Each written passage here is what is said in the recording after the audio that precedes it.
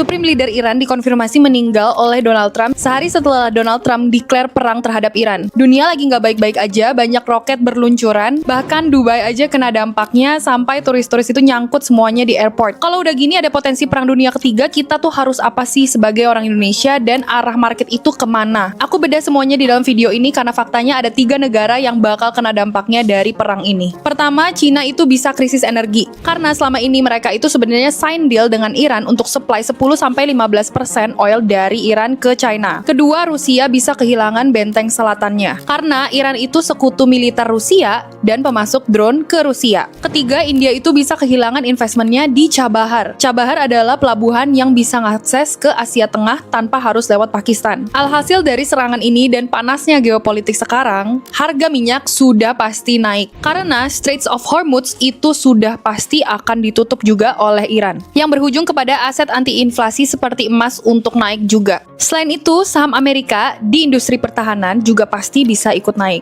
Begitupun juga dengan USD, karena memang perang seperti ini, kalau melihat historinya, bisa berdampak positif kepada negara Amerika. Jadi menurut kalian, perang ini bakal berujung damai atau malah dimenangkan oleh satu pihak? Serangan Amerika ke Iran disusul dengan balasan dari Iran ke negara-negara tetangga. Dan apa sih sebenarnya dampaknya kehidupan kita? Mungkin kamu berpikir, wah nggak ngefek dah ke kehidupan saya mah damai-damai aja. Tapi kamu penting untuk tahu semua ini dan aku akan jelaskan dengan bahasa yang mudah kamu mengerti sehingga kamu bisa bersiap ya kalau kamu tahu dampaknya apa yang terjadi di kehidupan kita.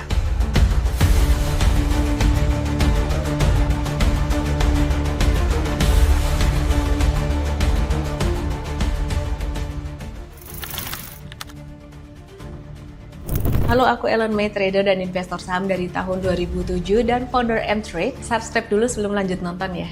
Apa yang terjadi? Amerika dan Israel tuh nyerang Iran tanpa persetujuan Senat Amerika. Iran ngebalas ke Qatar, UAE, Israel, dan juga ke negara-negara tetangga yang ada pangkalan militer Amerika di situ. Selat Hormuz ditutup, dan problemnya 30% perdagangan minyak dunia itu lewat Selat Hormuz. Hampir 20% LNG juga lewat sana. Lebih dari 30% pupuk global juga transit di situ. Artinya ini bukan cuma soal minyak, tapi soal struktur supply chain global.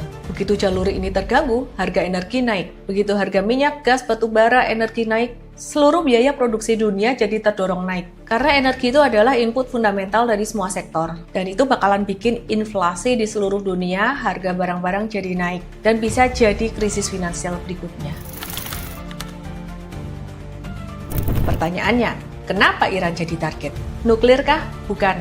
Nuklir itu cuma narasi permukaan aja. Isu sebenarnya adalah power equilibrium.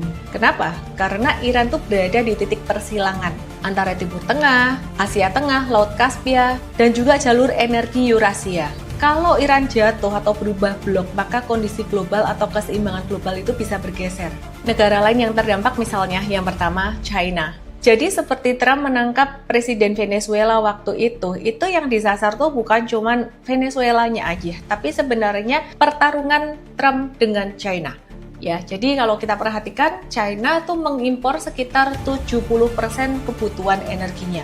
Di mana Iran itu memasok China hingga 15% dari kebutuhan minyak China. Dan bahkan udah ada perjanjian jangka panjang 25 tahun dengan Teheran.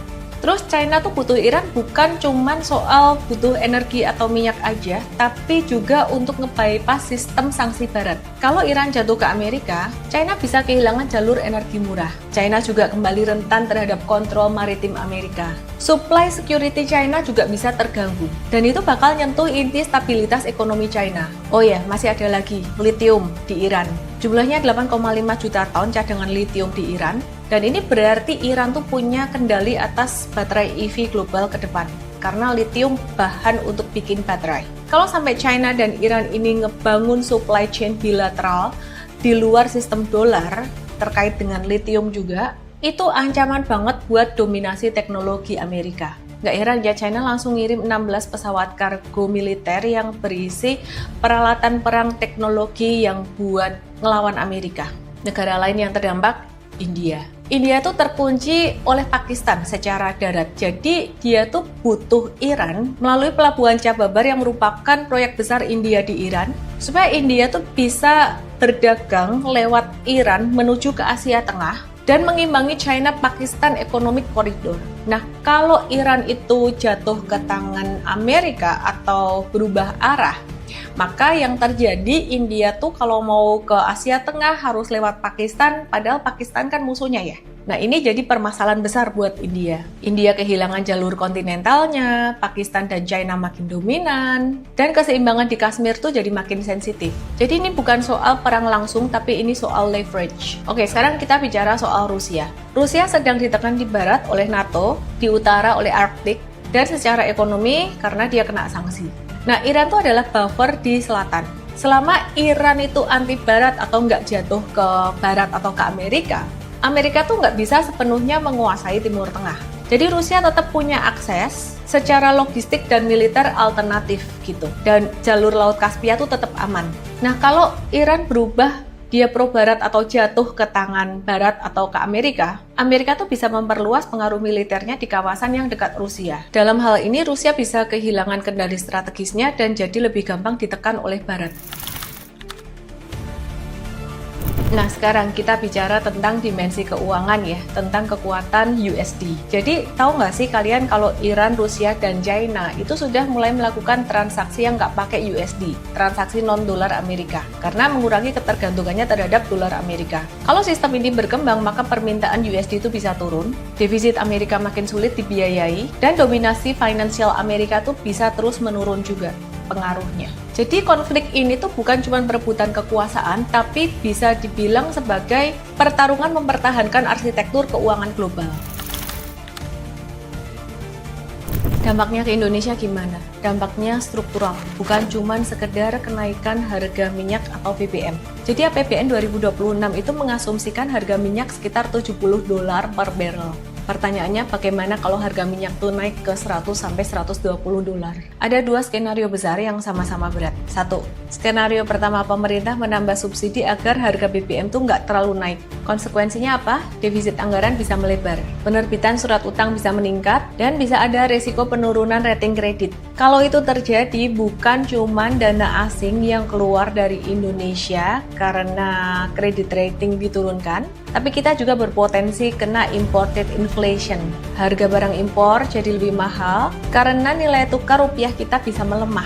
Hubungannya apa sih? Kalau kredit ratingnya diturunkan, asing keluar dari Indonesia, itu kan mereka nuker duit ya dari rupiah ke mata uangnya mereka masing-masing. Jadi kalau rupiah melemah, harga barang impor pastinya jadi lebih mahal dong. Itu bakalan ngefek ke daya beli masyarakat karena sekarang banyak banget yang diimpor Indonesia, termasuk bahan pangan. Skenario kedua, kalau harga disesuaikan mengikuti harga pasar, artinya BBM bisa naik. Ketika BBM naik, ongkos logistik tuh ikut makin naik, biaya distribusi naik, dan harga sembako terdorong naik juga. Inflasi inti itu bisa ikut meningkat karena dampaknya tersebar ke berbagai sektor. Dan masalahnya tidak hanya berhenti di minyak ya.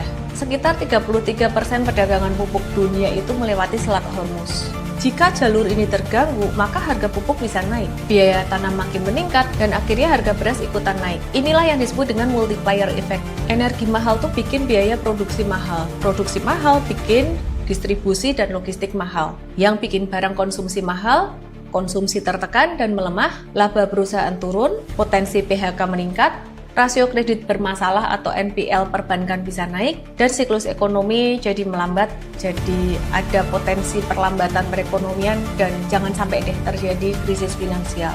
Dan semuanya ini tuh terjadi di tengah ketidakpastian kebijakan domestik yang sudah jadi sorotan lembaga pemerintah seperti Moody's dan S&P, di mana artinya tekanan tuh bisa datang dari dua arah sekaligus. Eksternal karena konflik global, dan internal karena kondisi kebijakan fiskal dalam negeri, dan potensi defisit anggaran yang melebar.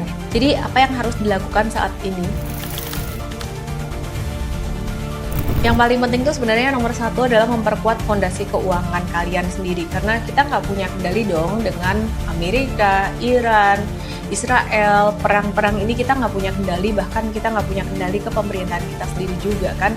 Nah, jadi perkuat likuiditas, perkuat finansial, kurangi leverage. Leverage itu artinya kredit utang, terutama kredit yang konsumtif.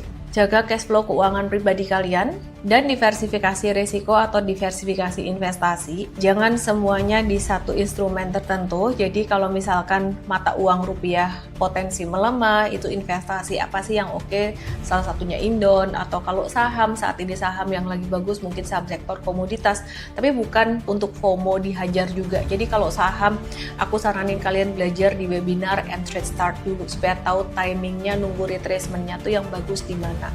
Terus kalau kalian mau masuk ke emas juga, saran aku sih jangan dihajar di ketinggian ya. Jadi mesti tahu timing dan tahu siklusnya, semua itu bisa dipelajari di webinar and trade start. Hindari overexposure pada satu sektor atau satu jenis aset. Nah, dalam fase geopolitik seperti ini, survival itu lebih penting dibandingkan mengejar return yang maksimal. Yang bertahan tuh yang disiplin, bukan yang spekulatif ya. And congrats for traders yang udah cuan dari saham-saham emas dan juga saham-saham oil di N-Trade ID maupun N-Trade US. Meskipun kondisi lagi seperti ini, yang terpenting kita ngejaga money management dan tetap aware dengan kondisi saat ini. Jadi kesimpulannya, ini bukan perang soal agama, ini adalah perebutan energi, jalur logistik global, teknologi, dan juga sistem keuangan. Dan jika efek dominonya Iran ini benar-benar terjadi, kalau Iran benar-benar jatuh, efeknya tuh bukan cuma regional tapi sistemik. Artinya bisa sampai ke kita. Kita doain semoga aman, damai, sejahtera semuanya. Tapi kita harus tetap bersiap-siap ya, get ready. Belajar di webinar M-Trade Start supaya kamu ngerti siklus, instrumen apa yang lebih aman untuk kita bisa masuk, dan mana yang sekiranya udah ketinggian kita masuk, kita harus hati-hati. Dan belajar money managementnya juga di webinar M-Trade Start ya. Saya Ellen May, semoga bermanfaat.